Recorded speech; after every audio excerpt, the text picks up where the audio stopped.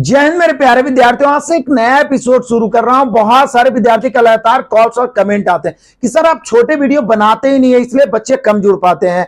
हमारे पास जब कम समय रहता है या मजा नहीं आ रहा है तो छोटे वीडियो के माध्यम से हम कुछ सीखने का प्रयास करते हैं। तो इस कड़ी का शुरुआत कर दिए हैं। आज मैं लाया हूं समबाहु त्रिभुज का पूरा कॉन्सेप्ट। बहुत ज्यादा क्वेश्चन ट्रायंगल से यदि क्वेश्चन उठाता है क्षेत्रमिति तो सबसे ज्यादा समबाहु त्रिभुज से पूछा जाता है। तो आज के बाद समबाहु त्रिभुज से रिलेटेड एक भी क्वेश्चन आपसे छूटने वाला नहीं है। वीडियो को अंत तक देखिएगा। 5 से 10 मिनट का वीडियो होगा। अच्छा लगे तो लाइक शेयर सब्सक्राइब करिएगा और अपना विचार कमेंट करिएगा ताकि इस प्रकार के वीडियो के माध्यम से मैं पूरा एडवांस मैथ आप सभी के सामने प्रकट कर पाऊं और अर्थमेटिक और बेसिक भी प्रकट कर पाऊं ताकि कम समय में आप मैथ को बेस्ट तरीके से मनोरंजन तरीके से सीख पाए। आज यह समबाहु त्रिभुज का पूरा बेसिक फॉर्मूला पे आधारित क्वेश्चन को क्लियर करता हूं। नाम तो सुना होगा, आपको याद भी होगा, बस रिवाइज हो जाएगा। समबाहु त्रिभुज जिसका तीनों भुजा बराबर हो, जैसे एबीसी एक समबाहु त्रिभुज है जिसका तीनों भुजा बराबर हो, ए बी सी कुछ भी मान लीजिए, तो तीनों कोण भी बराबर होगा 60-60 डिग्री, क्योंकि त्रिभुज के तीनों कोणों का 180 होता है। 180 बटा 3 करिए तो 60-60। तो दो क्वेश्चन तो ऐसे ही बन गया। त्रिभुज के तीनों भुजा बराबर, समबाहु त्रिभुज के तीनों भुजा बराबर, समबाहु त्रिभुज के प्रत्येक कोण क्या होगा तो 60 डिग्री होगा। अब आ जाइए, हम सभी बचपन से पढ़े हैं कि समबाहु त्रिभुज का क्षेत्रफल होता है √3/4 भुजा स्क्वायर। आपको याद होगा √3/4 भुजा स्क्वायर। ऊंचाई होता है √3/2 गुने भुजा, √3/2 गुने भुजा। परिमाप होता है 3 गुना भुजा, क्योंकि परिमाप बाहरी माप होता है। लेकिन मेरे प्यारे शेर बहादुरों, सबसे इंपॉर्टेंट पॉइंट यहाँ पे बच्चे फंसते हैं। जब समबाहु त्रिभुज का ऊंचाई दिया रहे ना, ऊंचाई दिया रहे तो ऊंचाई से भुजा निकालने के चक्कर में मत रहिए। यदि क्षेत्रफल निकालना हो तो डायरेक्ट ऊंचाई से भी निकल सकता है। एक तो क्षेत्रफल हो गया √3/4 भुजा स्क्वायर, और जब ऊंचाई दिया रहे तो डायरेक्ट क्षेत्रफल बराबर हो जाएगा ऊंचाई के स्क्वायर बटा √3। यदि किसी, यही VVI यही सिखाने में आया था, ये सब आपको पहले से याद है, फिर से मैं रिवाइज करवा देता हूं।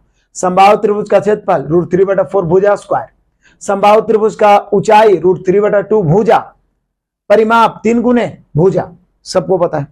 जब ऊंचाई दिया रहे तो डायरेक्ट क्षेत्रफल बराबर ऊंचाई का स्क्वायर बटा √3।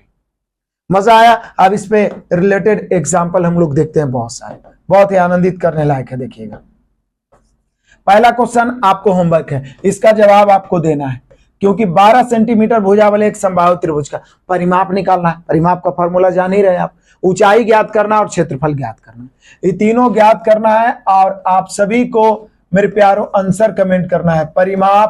परिमाप, ऊंचाई और क्षेत्रफल, जरूर से जरूर आपको आंसर कमेंट करना है। आप खुद से बनाइए तो फॉर्मूला याद रहेगा। दूसरा क्वेश्चन मैं बताता हूं। किसी समबाहु त्रिभुज की ऊंचाई 8√3 है तो परिमाप क्या होगा। अब यहां ऊंचाई है, परिमाप पूछ रहा है। परिमाप के लिए भुजा जरूरी है, तो बोलिए कि सर हम लोग ऊंचाई का फॉर्मूला लगाते हैं। हम सभी को पता है कि समबाहु त्रिभुज का ऊंचाई √3/2 a होता है, जो कि 8√3 दिया हुआ है। कैलकुलेशन ऊपर से ऊपर √3 कट गया, तिरछा गुना होगा a बराबर 16। यहां पे भुजा पूछ दिया 16, परिमाप भुजा पूछता तो 16 होता, परिमाप होता है 3a यानी 3 गुना 16, 48। हाँ, यहां पे ऊंचाई दिया हुआ है। यदि क्षेत्रफल पूछता ना तो हमें भुजा निकालने की जरूरत नहीं थी, डायरेक्ट ऊंचाई के स्क्वायर बटा √3 करते। चलिए, ये आपको होमवर्क रहा। किसी समबाहु त्रिभुज की ऊंचाई 12 है तो क्षेत्रफल क्या होगा। बोलिए सर अभी तो आप बताए थे कि ऊंचाई दिया रहे तो डायरेक्ट क्षेत्रफल बराबर हो जाएगा ऊंचाई के स्क्वायर बटा √3। ऊंचाई कितना है मेरे प्यारों, 12 के स्क्वायर बटा √3। 12 के स्क्वायर 144, या सीधा 12 गुने 12 लिख सकते हैं बटा √3। अब आप जानते हैं नीचे √3 है, ऊपर 12 है। 12 4 तिया 12 कटता है, एक √3 से एक √3 कटेगा तो 4 √3 बार में कट जाएगा। कटेगा या नहीं कटेगा, कटेगा।